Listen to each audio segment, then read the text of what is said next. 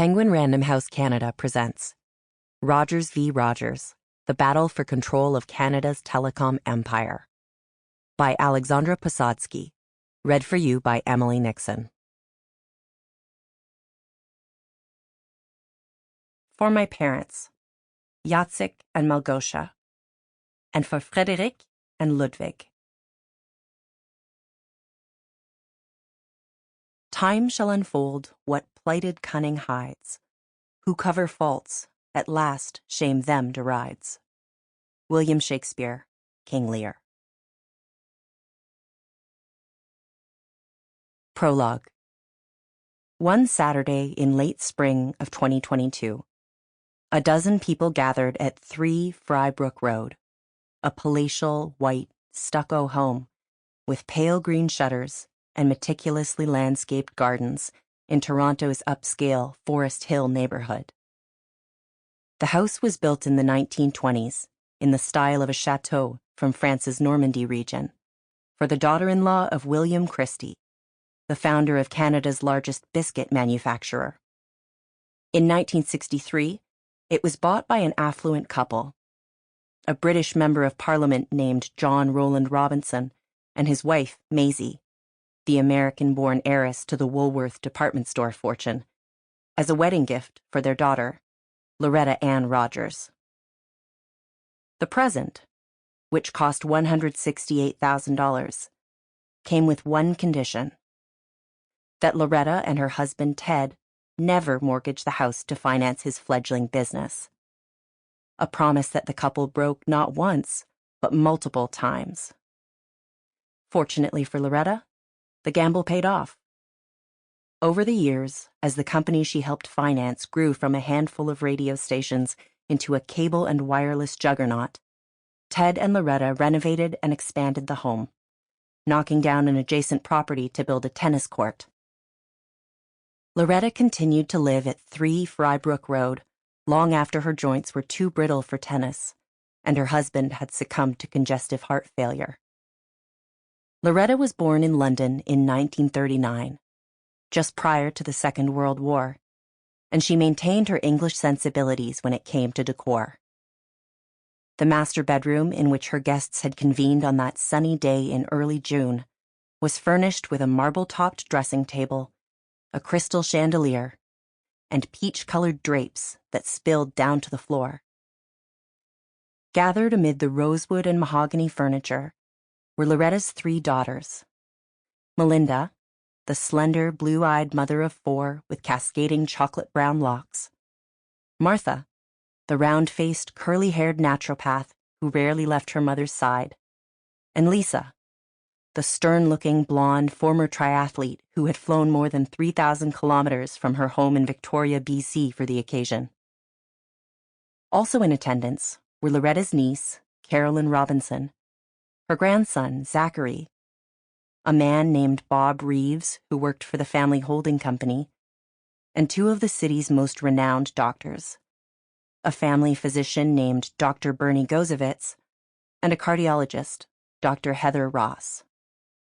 Finally, there was a small contingent of Loretta's closest girlfriends, Inta Kierans and Judith McMurray, who was accompanied by her own daughter. Loretta, McMurray, and Kierans were a tight-knit group that affectionately referred to themselves as the Bitches. The nickname was spelled out in rhinestones on various items of jewelry, including pins, necklaces, and bracelets that they owned. Perpetually sun-kissed, the 3 women shared a playful sense of humor and spent their golden years pursuing the adventures that had eluded them when their children were young. Well into their late 70s and early 80s, they strapped on snorkeling gear and dove into the depths of the ocean to swim with the massive spotted whale sharks off the coast of Placencia, Belize.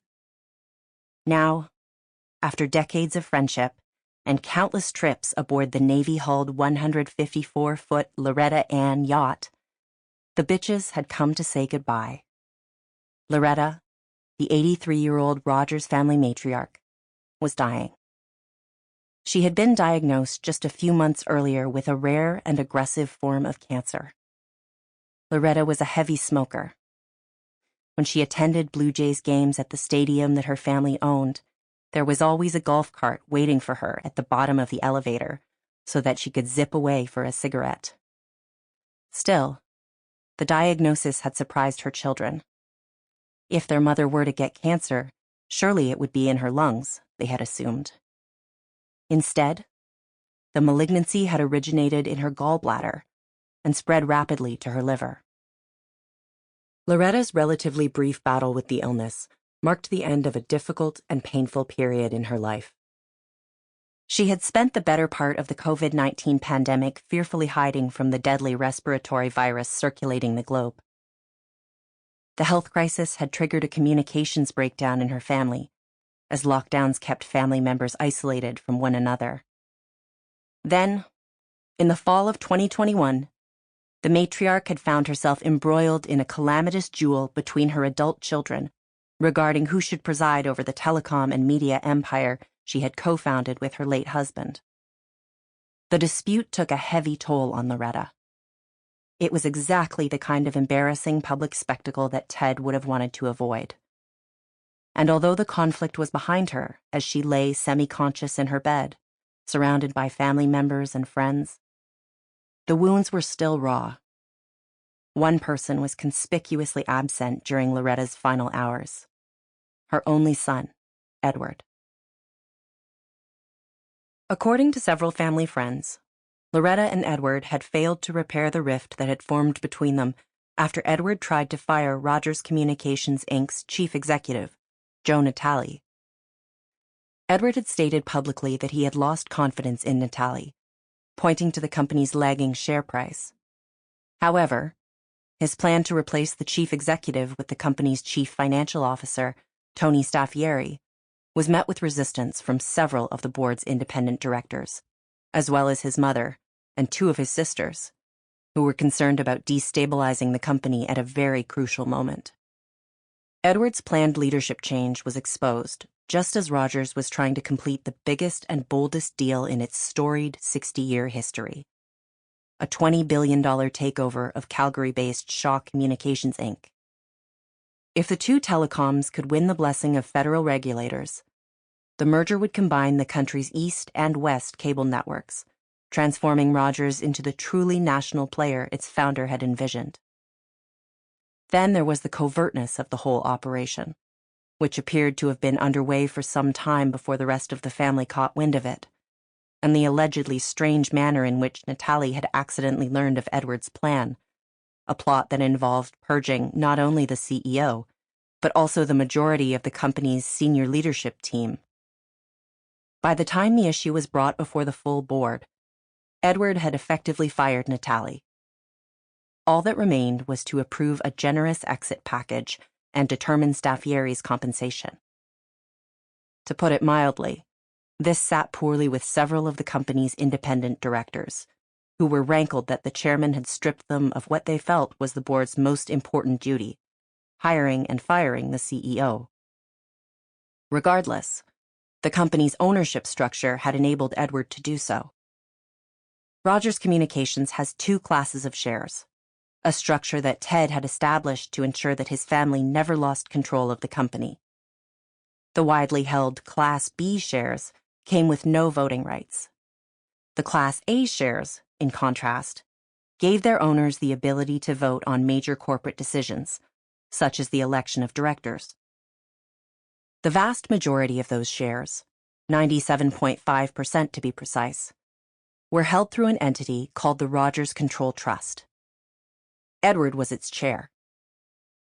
Loretta initially backed her son's decision to replace Natale with Staffieri, but she later had a change of heart, siding with her daughters Melinda and Martha and 4 independent directors in a stunning counter-coup that dominated headlines for weeks, roped in almost every major law firm on Bay Street, and sent shockwaves through the country's normally staid business community. In court documents, Loretta claimed that her son had misled her about the CEO's performance and accused him of undermining his father's wishes. As the battle escalated, eventually landing in a Vancouver courtroom over a bizarre and unprecedented legal stalemate, it was Loretta who moved the motion to out. Sample complete. Ready to continue?